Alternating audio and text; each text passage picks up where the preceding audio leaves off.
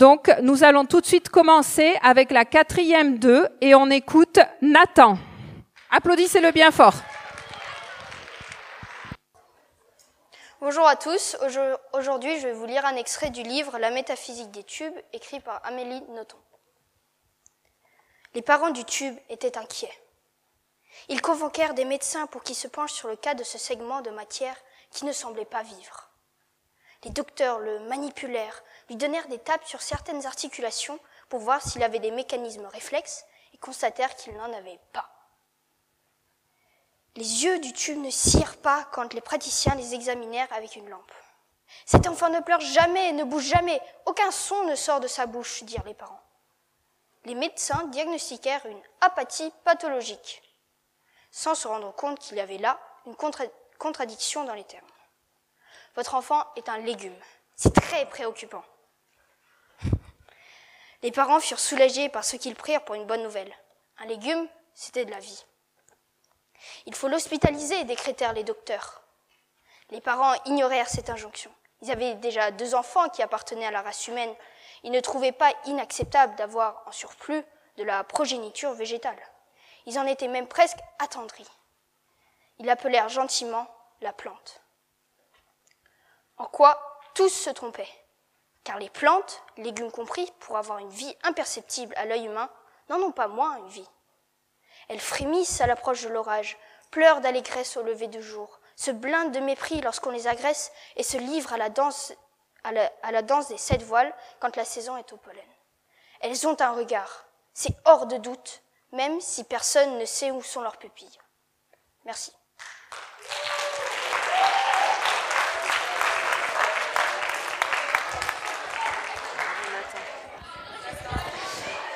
On continue et on écoute Agathe.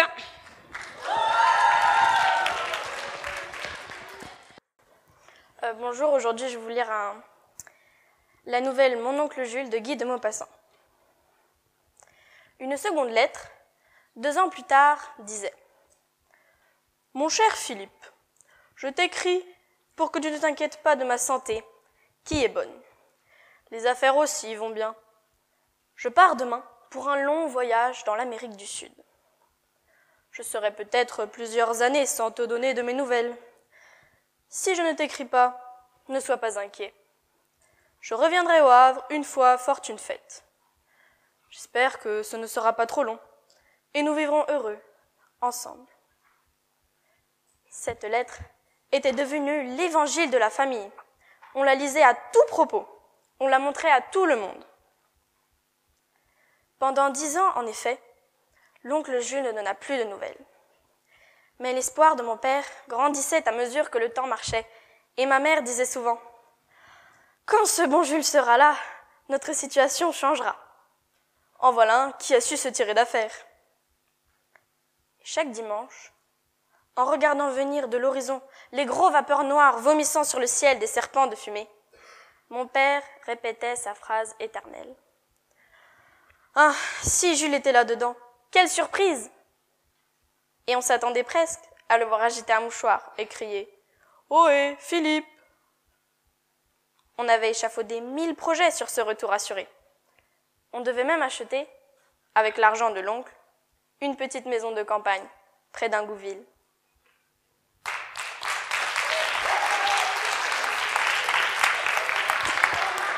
On continue avec Samy.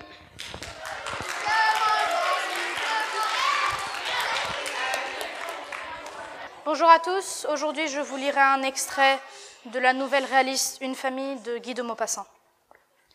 On lui apporta enfin sa part, une toute petite part, et il fit, en mangeant la première bouchée de l'entremets, un bruit de gorge comique et glouton, et un mouvement du cou pareil à celui des canards qui avalent un morceau trop gros.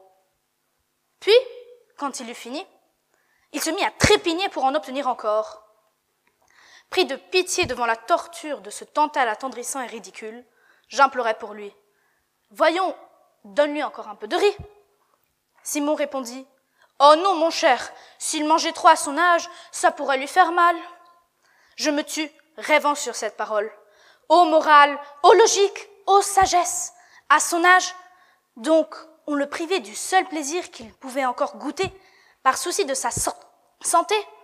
Sa santé, qu'en ferait-il, ce débris inerte et tremblotant? On ménageait ses jours, comme on dit. Ses jours? Combien de jours?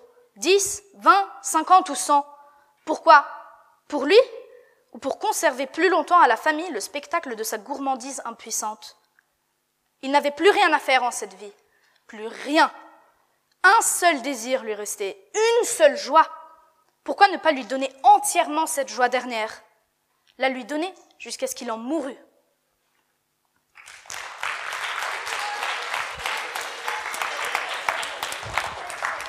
Maintenant, on écoute Maë.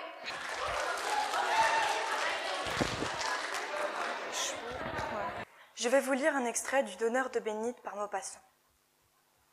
Ce même homme revint souvent accompagner les deux dames, et cette ressemblance vague, éloignée et familière qu'il ne pouvait retrouver, importunait tellement le vieux donneur d'eau bénite qu'il fait venir sa femme avec lui pour aider sa mémoire affaiblie. Un soir, comme le jour baissait, les étrangers entrèrent tous les trois. Lorsqu'ils furent passés. « Eh bien, le connais-tu » dit le mari. La femme, inquiète, cherchait à se rappeler aussi. Tout à coup, elle dit tout bas. « Oui, oui, mais il est plus noir, plus grand, plus fort et habillé comme un monsieur. Pourtant, père, vois-tu, c'est ta figure quand tu étais jeune. » Le vieux fit un soubresaut. C'était vrai, il lui ressemblait. Il ressemblait aussi à son frère qui était mort et à son père qu'il avait connu jeune encore. Ils étaient tellement émus qu'ils ne trouvaient rien à dire. Les trois personnes redescendaient, allaient sortir. L'homme touchait le goupillon du doigt. Alors le vieux, dont la main tremblait tellement qu'elle faisait par terre une pluie d'eau bénite, s'écria « Jean !» L'homme s'arrêta, le regardant. Il reprit plus bas. « Jean ?» Les deux femmes l'examinaient sans comprendre. Alors il dit pour la troisième fois en sanglotant « Jean !» L'homme se pencha tout près de sa figure, et illuminé par un souvenir d'enfance, il répondit « Papa Pierre, maman Jeanne ». Il avait tout oublié, l'autre nom de son père et celui de son pays, mais il se rappelait toujours de ces deux mots qu'il avait tant répétés. « Papa Pierre, maman Jeanne ».